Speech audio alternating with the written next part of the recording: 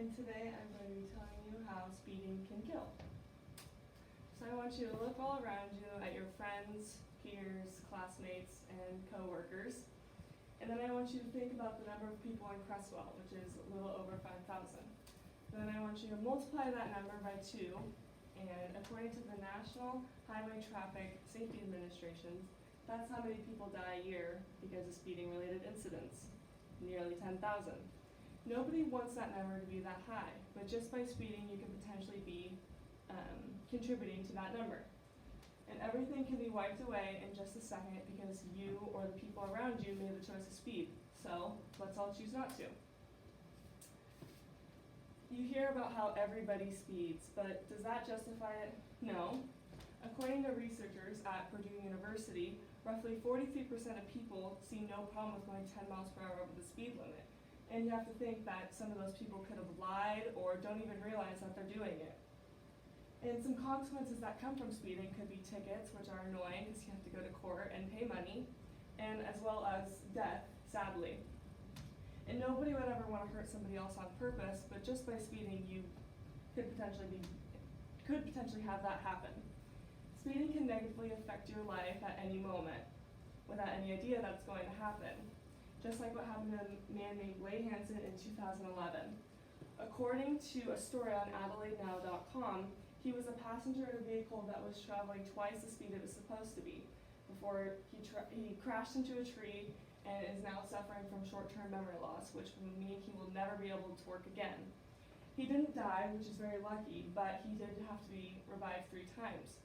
And not everyone is as lucky as Hansen. As we know, 10,000 people die a year because of speeding.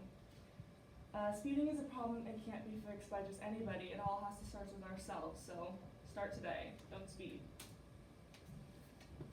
So what's even the point of speeding? According to NHTSA, high traffic, running late, and disregarding others in the law, as well as people will use it to save time. But speeding does not actually save you time. And some ways you can fix it is to give yourself more time in the mornings. Studies say that in more congested towns, you need more time before you leave in the morning.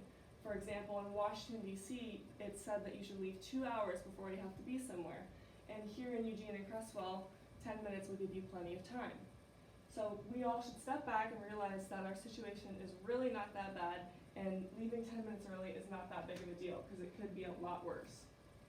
A quote that you can live by to help you leave early in the mornings is that if you're 15 minutes early, you're on time.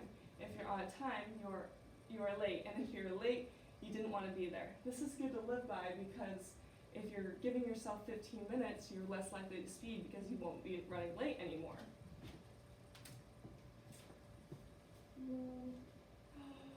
Oh my gosh. Okay, not speeding is going to be a whole lot safer for you and the people around you. We have all seen cars swerving and waving through traffic, probably with a California license plate, and we feel our hearts drop a little bit. And of course, accidents will happen, and you can never avoid not having one, but not speeding will bring that risk down a lot lower. And then according to tdriver.com, speeding influences the risk of crash and injuries in 3 basic ways. If you're traveling too close to someone, how hard you brake, and how hard the crash is. And if you're going double the speed, so let's say you're going 40 and a 20, the braking distance is no longer 2 times as fast or 2 times as slow as you might think it would be. Instead, it turns to 4 times as slow. Also, if you're traveling 55 miles per hour, it takes about 6 seconds to stop. And another fact, when you're traveling and you need to stop, it can take about 302 feet to completely stop, which to put into perspective is longer than a football field. So think back to a time where you were driving and you were scared or anxious, and I want you to take those feelings and make it so that you don't speed anymore. So most have sped before this presentation, but in the future, hopefully you will no longer do so. And although speeding seems normal, according to car Bibles, they have some tips to reduce your speeding. Like you can plan your route, you can keep a close eye on your speedometer, use cruise control if you have it, leave earlier, just like the 15 minutes quote says, and download some speeding apps. So next time you're in a car, just remember the consequences are not worth it, you're not actually saving time, and don't speed and just be